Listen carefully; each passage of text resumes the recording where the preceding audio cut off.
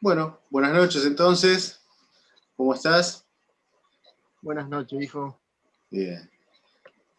Bueno, eh, con los chicos de Misibamba surgió la inquietud de poder entrevistarte y bueno, me concedieron la oportunidad de hacerte la entrevista yo, que soy tu hijo, este, tratando de crear un ambiente más amigable por ahí si se quiere, o que puedas reflexionar de alguna manera más cercana, algunas preguntas que surgieron.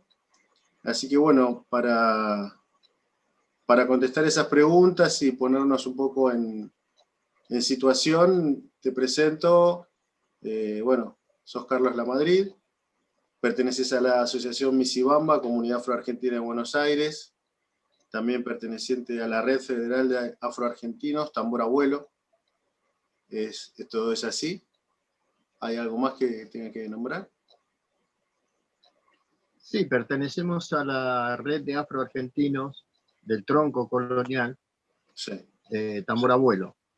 claro. Ahí está bien. Bueno, mirá, entonces vamos a empezar con algunas de las preguntas, ¿sí?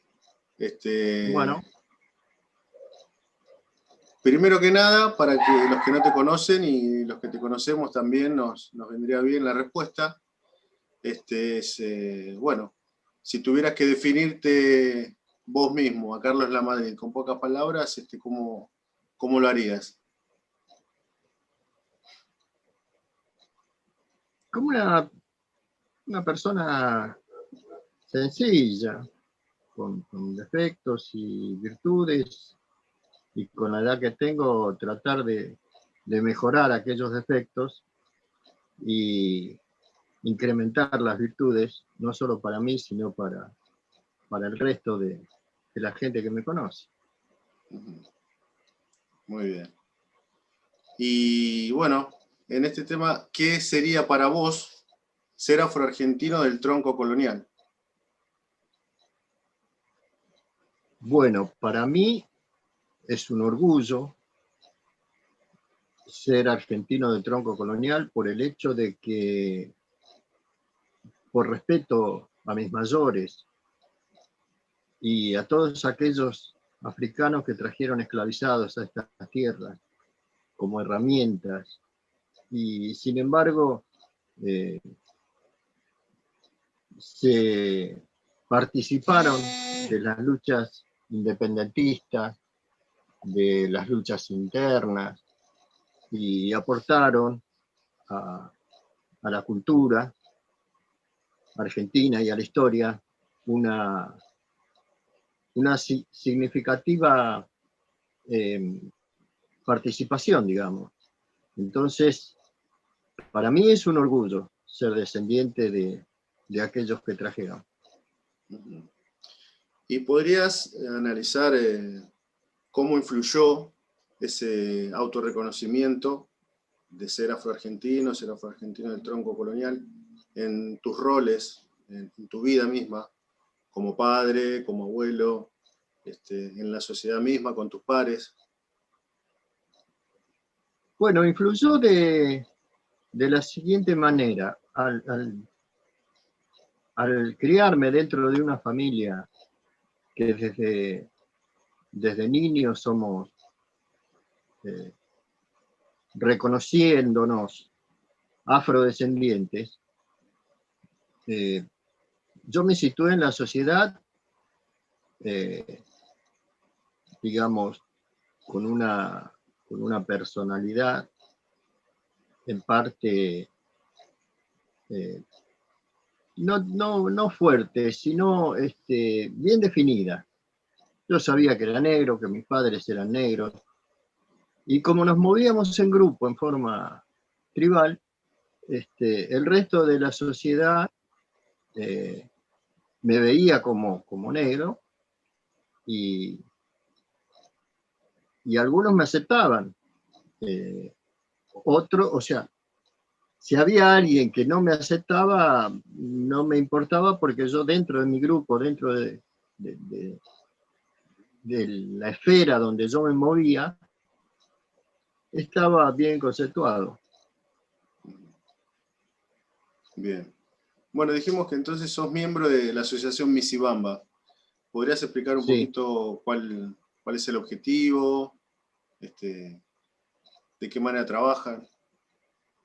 Bueno, la asociación Misibamba se crea en el año 2008 con la intención de parte de mi hermana La Madrid, María Elena La Madrid, de Pablo Soaqué, algunos integrantes de la familia Garay, también intervino en ese principio y se mantiene activo junto a nosotros Pablo Sirio.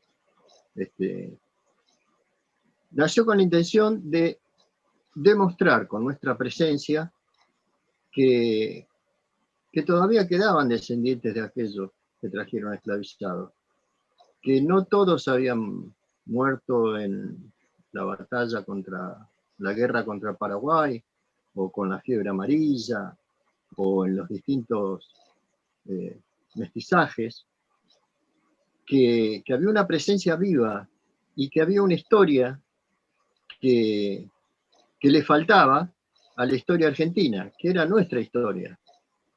Entonces, de esa manera, mi hermana María Elena decidió formar esta asociación, que lo que hace es compartir con el resto de la sociedad o con aquellos lugares como escuelas, universidades, centros culturales o museos, a lugares donde nos inviten a compartir esta parte de la historia que no es contada comúnmente y que te diría más, casi que es como invisibilizada, como que está escondida, se habla muy poco de ello, hay información bastante dispersa, que es lo que estamos tratando con esta asociación, de reunir la historia no solo de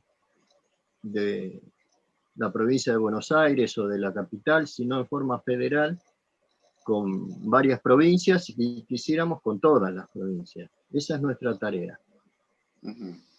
Bueno, teniendo en cuenta ese objetivo que se tiene, ¿cómo imaginas el futuro de esa identidad afroargentina del tronco colonial?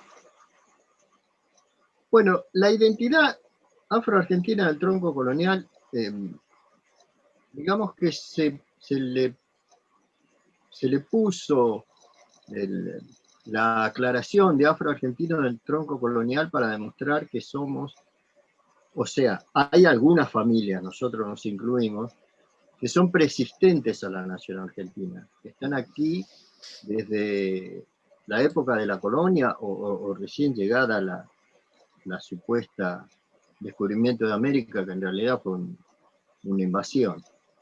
Pero bueno,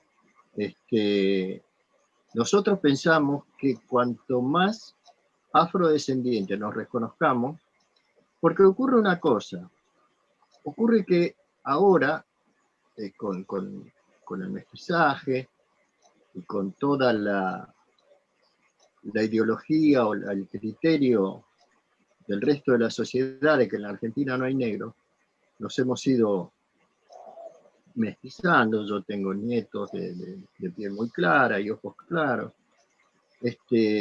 Entonces, por ese motivo, no somos afro, y si somos muy oscuros, no somos de este país. Entonces, si nos reconocemos como afrodescendientes, más allá de la apariencia física, podemos lograr una igualdad y un respeto entre seres humanos con las tres etnias o pueblos que hay en este continente americano, que son los pueblos originarios, europeos que llegaron, y africanos esclavizados. Con eso se compone la historia de la Argentina. Está bien. Bueno, un poquito nombraste al principio, si vos tenés hecha esa tarea de investigación, ¿no? De reconstrucción. ¿cuál sería ese aporte de los afroargentinos a la identidad, ¿no? A la construcción de la identidad de la Argentina? Bueno, mirá, hay muchos valores, ya te digo, están dispersos. Tenemos, por ejemplo, la marcha de San Lorenzo, que nombra a Cabral, soldado heroico. Esa marcha, la música la escribe un afro-uruguayo que vivió mucho tiempo en la Argentina, inclusive falleció acá en Córdoba, un afro-argentino, y cuando se habla de que Cabral salva la vida de San Martín al ayudarlo a que salga de debajo de su caballo y pierde la vida en esa tarea o en ese trámite, no se dice que Cabral es negro.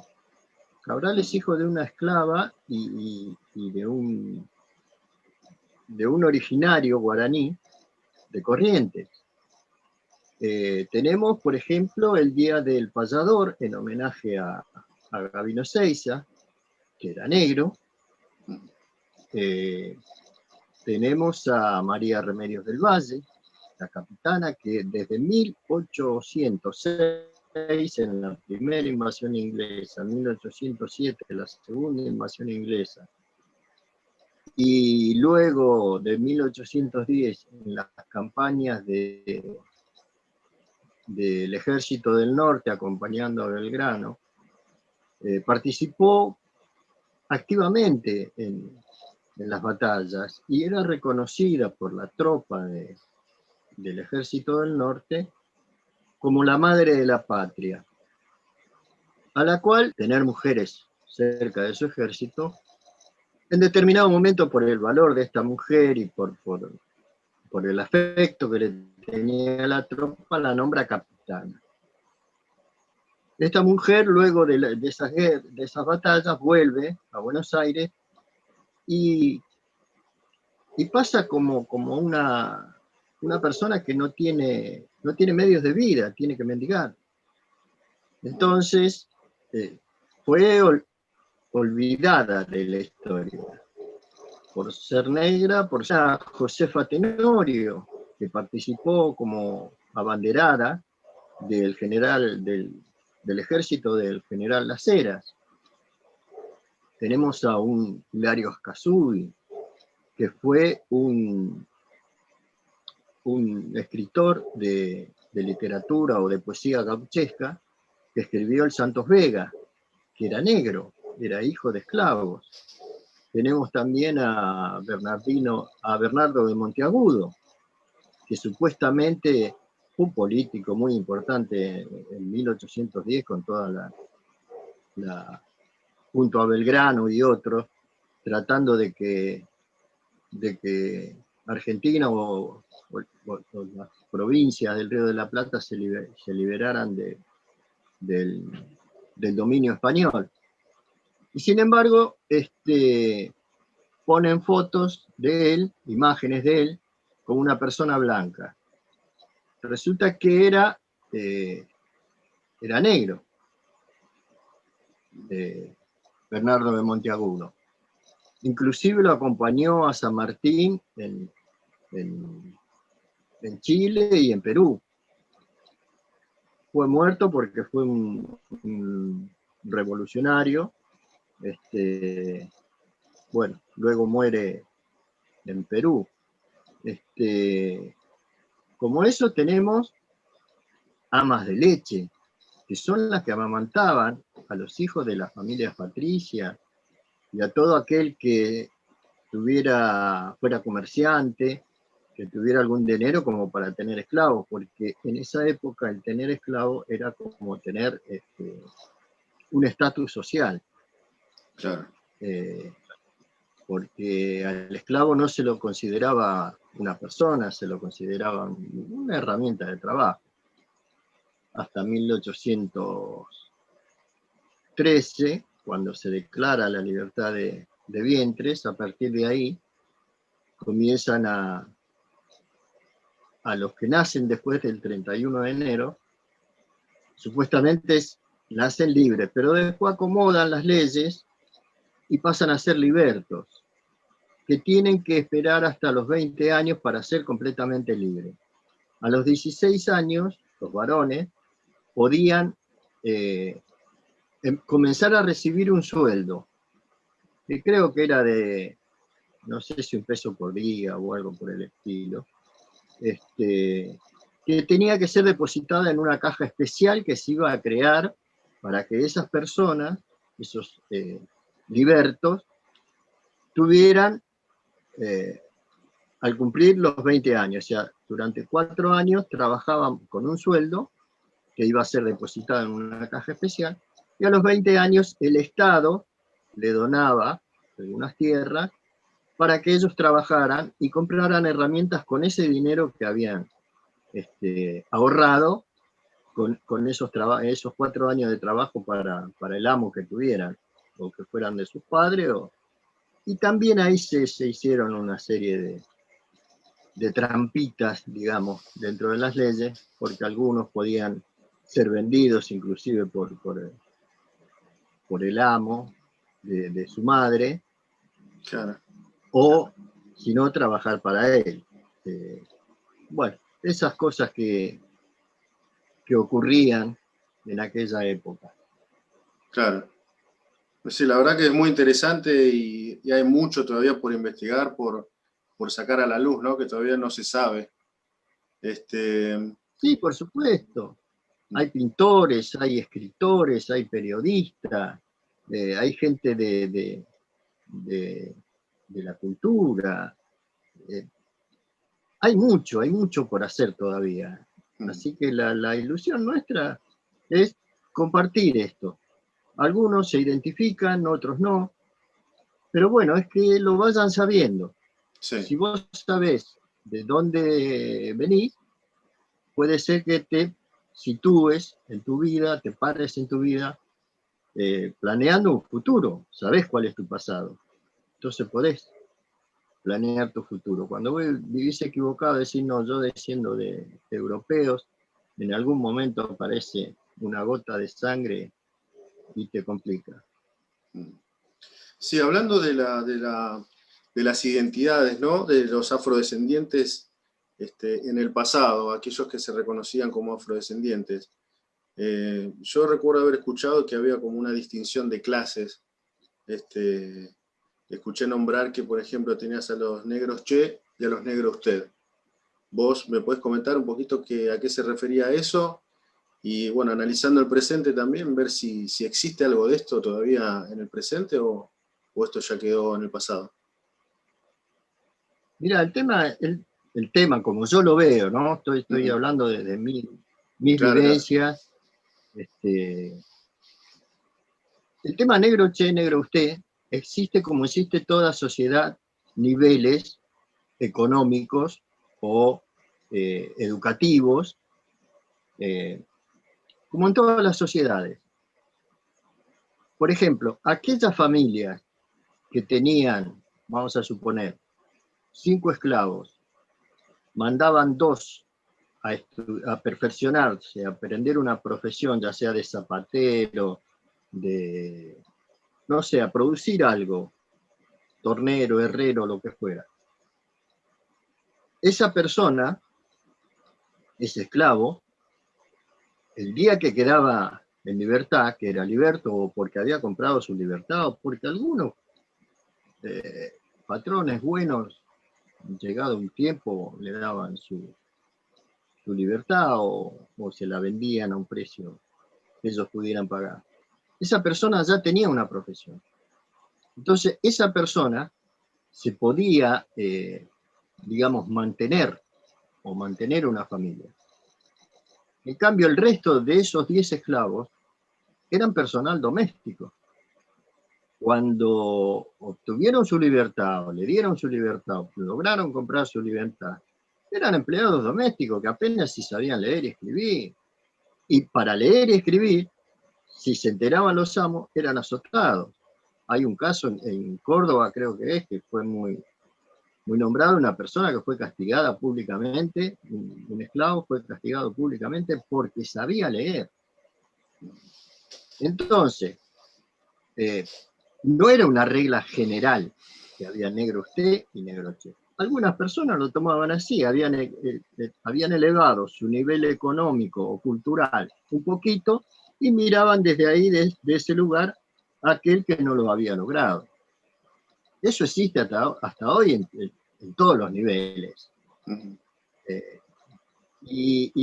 Por ejemplo, hay personas o hay académicos que hacen hincapié en esa diferencia, que no, está el negro usted y el negro che. Yo no la veo tan generalizada. ¿Qué ocurría? Ocurría, sí. Y hasta hoy lo seguimos viendo. Pero no es algo como para tomarlo como un todo, digamos. Muy bien.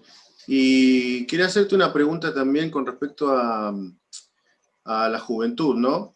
Esta juventud que se la ve tan pujante, tan enérgica, tan luchando por construir sus identidades, ¿no?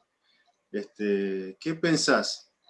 ¿Cómo se construirían esos jóvenes, lejos de esos viejos dogmas, prejuicios de la sociedad argentina, esos nuevos afrodescendientes, que empezarán a reconocerse a partir de ahora, de este trabajo que viene haciendo Missy Bamba? ¿Cómo los ves? Mirá, yo estoy muy, muy orgulloso de esta juventud, al menos de la juventud que compone Missy Bamba, la red de afroargentinos del tronco colonial, inclusive algunas descendientes de migrantes que son jóvenes y tienen la pujanza de reconocerse afrodescendiente, enorgullecerse, porque al menos en los afroargentinos del tronco colonial, o sea, los que han sufrido la esclavización acá en este territorio, desde mi generación y la de mi hermana María Elena, mis hermanas, mis otras hermanas, algunas primas, hemos llegado a hacer un entendimiento con los jóvenes. O sea, antes, cuando yo era chico, uno preguntaba por estos temas y eran muy pocos los que te relataban algo. La mayoría porque no quería ser negro, porque ser negro era malo, o porque tenía un nivel un poquito elevado, entonces se quería blanquear. Y algunos otros porque habían sufrido mucho, entonces estos temas eran muy poco transmitidos. Nosotros, con el empuje de estos jóvenes, estamos uniendo estas dos generaciones, charlando del tema, explicando lo mucho o lo poco que sabemos, lo poco que se puede investigar con ayuda de algunos colaboradores, como Pablo Sirio, como otros historiadores, investigadores, antropólogos, músicos inclusive que investigan cómo fue esta historia. Y los vemos con tal empuje que sí se sienten identificados, orgullosos y reconocen su ancestralidad, que es lo importante. Porque ahora que una persona como yo se reconozca y se sienta orgulloso, sí, pero que ellos se sientan orgullosos de sus ancestros y que sepan que son parte de la historia argentina, que han aportado su vida, su sangre, es muy bueno, es muy bueno. Yo lo veo, pero maravillosamente bien. Y los veo bien, bien plantados, bien, con muchas ganas de identificarse y de transmitir esto que es nuestra historia y que es la historia de todos los argentinos. No importa el color de piel o si han llegado hace poco. Es la historia de todos los argentinos, inclusive te digo más, de todo el continente americano. Esta es la historia. Las raíces vienen desde, digamos, desde Canadá hasta Islas Malvinas. Las raíces son tres. Pueblos originarios, que son los que estaban en todo el territorio, en todo el continente americano. Europeos, que que vinieron y trajeron a africanos esclavizados. Esa es la historia de este país. Por eso es que los jóvenes ahora están reconstruyendo esa historia con toda la energía que tal vez a nuestros mayores les faltó porque no quisieron, no pudieron o no supieron. No supieron, claro. Bien. Hay una fecha importante que está por celebrarse ahora en noviembre, es el 8 de noviembre, es el Día de los Afro. ¿De los Afro? Es el Día de los Afroargentinos y de la cultura afro. Ahí está. En conmemoración a la fecha de fallecimiento de María Remedios del Valle, la capitana, como dijimos antes, reconocida por las tropas de Belgrano como la madre de la patria. Eso es algo que tenemos que agradecer al Estado-Nación, porque nos ha dado algo, o sea, nos ha reconocido algo. La mayoría de los gobiernos que van dando así, de a poquito, es un derecho que tenemos. Es un derecho que tendríamos que estar ya desde la independencia del país, en 1816. Tendría que estar, que todos somos iguales y que hay que reconocer a los afrodescendientes de esclavizados que tienen un lugar en la historia. Porque es un reclamo, es un derecho que tenemos. No es que el Estado nos está regalando algo como que no merecemos. Sí que lo merecemos. Posiblemente no yo, pero sí mis mayores. Sí mis ancestros. Y los ancestros de todas esas familias, de todos esos esclavos que secuestraron de África.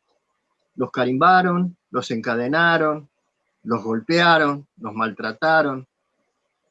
Entonces, en honor a eso, este día 8 de noviembre tenemos todos los afroargentinos, los afroargentinos del tronco colonial, los migrantes, todos tenemos que unirnos para tratar de que este día sea recordado y que sea ley en todo el territorio argentino, porque desde el 2013 que esto es ley, es más la difusión que le dan las organizaciones afro a este tema que el Estado-Nación.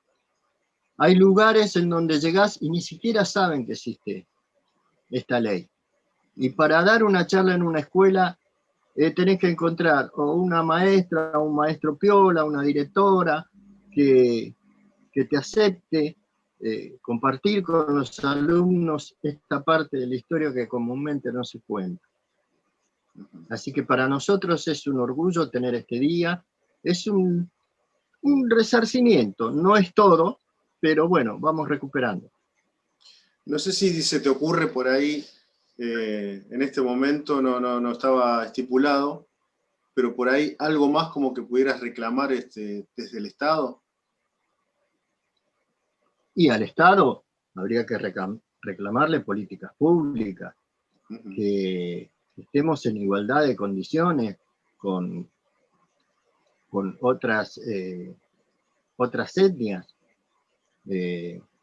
Por ejemplo, en derechos humanos hay una sección que se dedica a migrantes y refugiados, ¿no?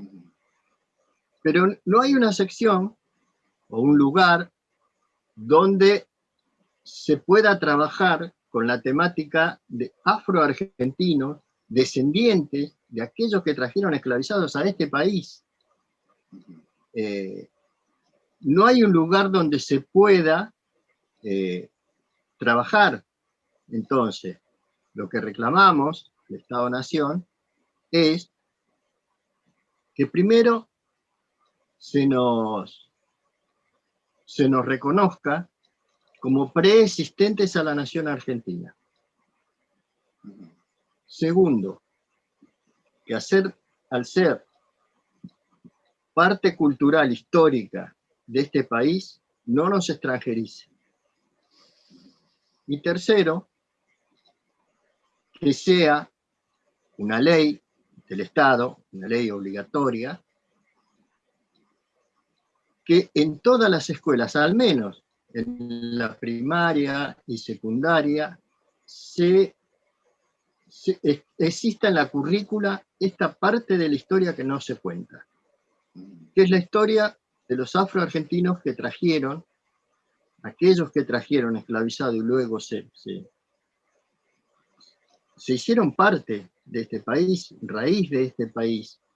Entonces nuestro reclamo es a eso, ser reconocidos como afroargentinos, preexistentes a la nación argentina, y ser tratados como iguales, porque obtuvieron la libertad nuestros mayores, pero es hasta el día de hoy que estamos ahí peleando, no peleando, sino tratando de rescatar la igualdad, que es lo que la tarea que nos hemos propuesto de la red federal y desde Misibamba y las distintas organizaciones de la red federal Tambor Abuelo. Bueno. La igualdad entre todas las personas, no solo de Argentina. O sea, nosotros pretendemos que sea la igualdad en el mundo, pero básicamente en este país tan negador con respecto a los diferentes aspectos que hay en este país. Tenemos pueblos originarios que también están luchando por ser reconocidos. Y esa es nuestra tarea. En eso estamos y ponemos toda la energía y confío en que va a haber un futuro. Va a haber un futuro en que logremos la igualdad. No sé si lo veré yo, pero hay un futuro. Hay que sembrar la semilla. Eso es lo que hacemos, sembramos semillas. Estoy mirando algunos brotes, pero esa es nuestra tarea, sembrar la semilla. Que se pregunten, ¿esto que está diciendo esta persona tendrá algún asidero? Buscaré en el Archivo General de la Nación, en la historia de alguna provincia. En algún lado voy a encontrar información, inclusive preguntando a sus mayores. Claro. Todos, cada uno de cada familia tendría que preguntarle a sus mayores de dónde son, cómo vinieron, para saber cada uno su historia familiar. Eso es lo que hemos perdido los argentinos. La mantienen algunas familias de élite, pero el común hemos perdido. Y tenemos que volver a eso, a sentirnos orgullosos de nuestra familia. Este año tengo entendido que sí va a ser el censo, ¿no? Sí va a ser un censo, sí. Pero bueno, por el tema de la pandemia, seguramente esto se suspendió. Se iba a incluir en ese censo la pregunta de si se consideraba afrodescendiente o algo por el estilo, a ver si me puedes decir un poco. Sí,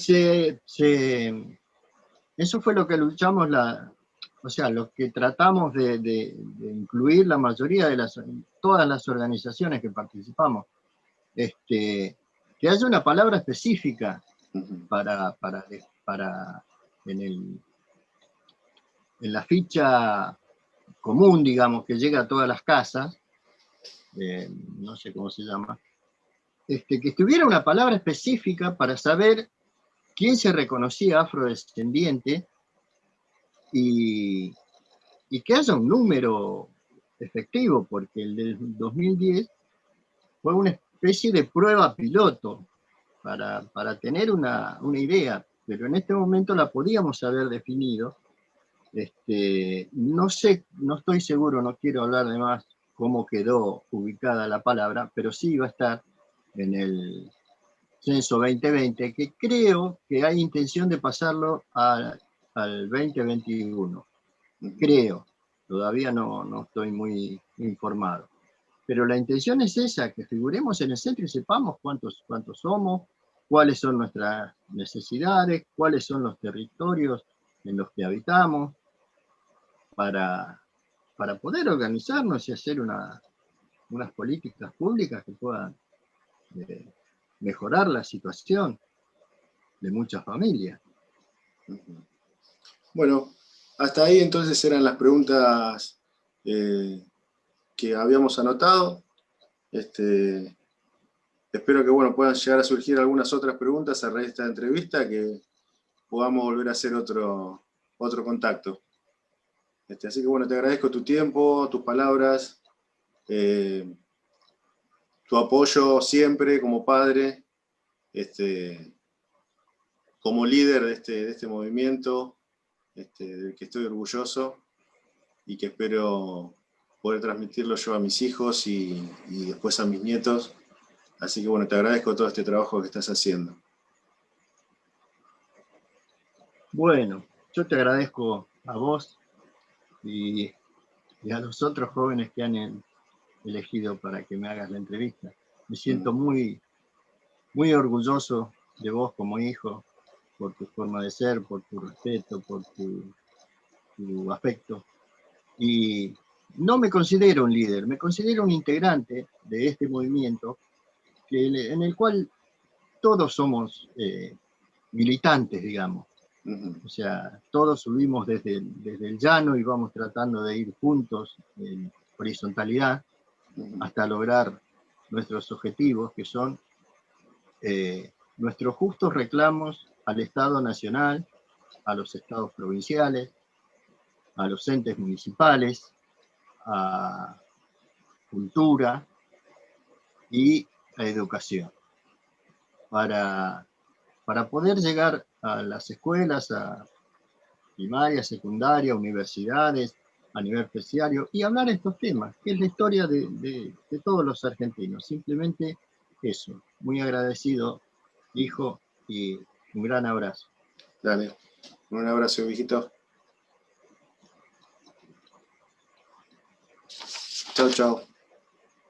Chao.